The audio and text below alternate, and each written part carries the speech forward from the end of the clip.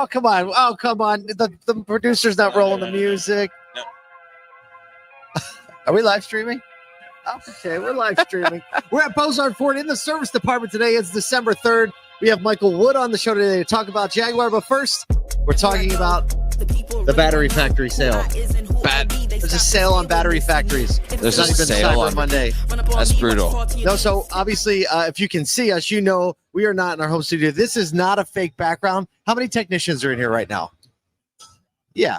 There are about 60 technicians behind us right now working in a 1, 2, 3, 4 rows of lifts at Bozard Ford Lincoln in St. Augustine, Florida. It's a chilly morning in Florida. It's chilly, which is weird for Florida, but it's chilly all over the U.S. We're all in our warms. We're shooting our 3rd episode of season 2 of More Than Cars. We're fired up, but of course we got to do the show this morning. There's a lot of stuff going on. We do want to remind you though, this Friday we have another Asoto Edge webinar. These have been amazing, especially if you're in the marketing side of the business or you're paying attention to the marketing side of the business. It's going to be part 2 with our friends at Stream Companies. This is building your 2025 ad strategy. You can go to asoto.com, sign up so you can get the recording, or we hope you can be with us on the live stream. Because it's so much fun when we do the live streams. Absolutely. Speaking of being with us, we would love for you to be with us at our NADA party or find all of the other NADA parties. You can go to NADAparties.com right now. If you're throwing a party, you can submit it. If you want to come to our party, you can be there. Please come. We're doing it Friday night of NADA. It's going to be unbelievable, partnering with Upstart and Clairvoy to throw that down. I think there's, we always throw down. There's one more thing we forgot to do yesterday. One more thing. Listen, we had a Black Friday sale on AsotoCon tickets. And if you were on the list, and we told you 1,000 times to get on the list, you got half off of AsotoCon tickets. That is the cheapest they are going to be. We sold a bunch of tickets. Thank you so much to our friends who bought the early tickets. It got me so excited to be like, these people are definitely going to be at AsotoCon. Coming. We're great. Still 5 months away. Is it 5 or 6? 5 months. 5, I think. What? No. 4.5. We got to go. No, it's not. Sorry, 5.5. Five and a half. Nathan goes 4.5. I'm like, we got to go. We got to plan something. All right, let's talk about a story. Speaking of planning something. Speaking of planning something, go ahead. Hit the segue button. Oh, the segue we got into the segue. Today. No, because of Black Friday or Cyber Monday, but GM is going to sell its stake in a $2.6 billion Ultium Cell battery plant in Lansing, Michigan, to LG Energy Solutions. The facility, which is now nearly complete, is going to become wholly owned by LG and supply batteries to another automaker. GM expects to recover its full $1 billion investment in the plant. It currently has about 100 employees. It plans to scale to 1,700 when fully operational. GM CFO Paul Jacobson stated the move aligns with improving EV profitability and efficiency, emphasizing, quote, "We believe we have the right cell and manufacturing capabilities in place to grow in the EV market in a capital-efficient manner. It doesn't affect their stakes in the other Ultium battery plants they have in Ohio and Tennessee, in its planned partnership with Samsung SDI in Indiana. They're going to continue, GM and LG, continue to co-develop tech and battery cells to get costs down.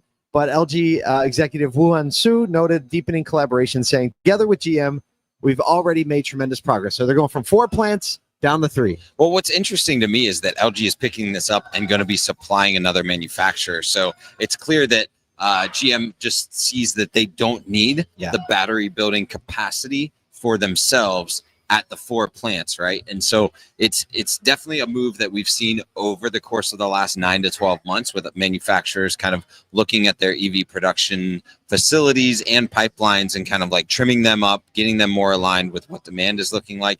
This is a pretty shocking one, though, especially before the plant even goes online.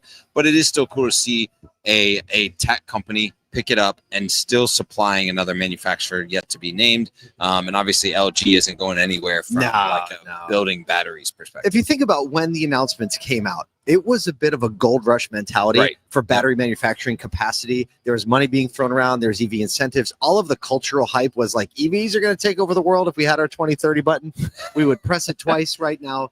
But it's obvious that that's not going to happen. Yep. And so I think like everyone's realizing, okay, we needed to get what we could when the getting was good. and now they're realizing like we need to back off because we're going to be lynched by shareholders. Well, and this is a strategy, like even from a financial perspective, to recoup an investment in a retail facility, and warehouses change hands all the time already in multiple different verticals. So, you know, I don't think anything too shocking. I think everybody's kind of seeing the writing on the wall. Like, hey, we got to diversify, make sure that like our real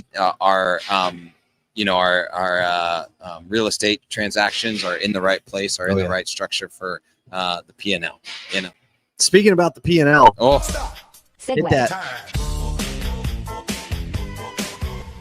Jaguar's latest concept car, the Type, is it 0000? I don't know. We'll ask Michael Will in a second. Was unveiled at Miami Art Week, showcasing a radical design departure for the iconic brand. The design cues will inform Jaguar's electric Grand Tourer, starting slated for 2026.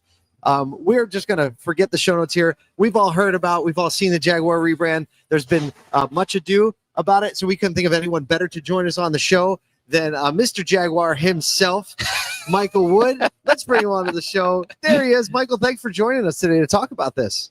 Thanks for having me on, guys. Okay, so look, you're a Jag dealer. You're a fan of the brand. You've, I'm sure, fielded no less than 400 calls and texts over the last week about all the rebrand and what the direction of the company is. So I think it'd be great to just get your thoughts overall on what's happening with the brand and what you expect. You know, honestly, I'm super excited about what's going on. I mean, at the end of the day, for the last 20 to 30 years, Jaguar has tried to be something that it's not, which is a mass volume type vehicle. And it's about time that we return back to our heritage of pushing the limits in our design cues and creating something that's polarizing, which we've done. I mean, at the end of the day, some are going to love it now, some are going to love it later, and some are never going to love it. And that's exactly the point. So what do you think about the new vehicle that had come out? Did you get a sneak peek at this? You knew it was coming? I did. I last year when I went to the UK for the Global Retailer Conference, I got to see not only this vehicle but the other vehicles that will be produced. And this looks very much like what we saw in the UK. I can't really elaborate too much because I am bound by an NDA. But what I will tell you is that the vehicles that will be released to the public, this is not going to be one of those instances where the vehicle that's made is a far difference from the actual concept vehicle. A lot of the design you see in this vehicle will be in the production vehicles.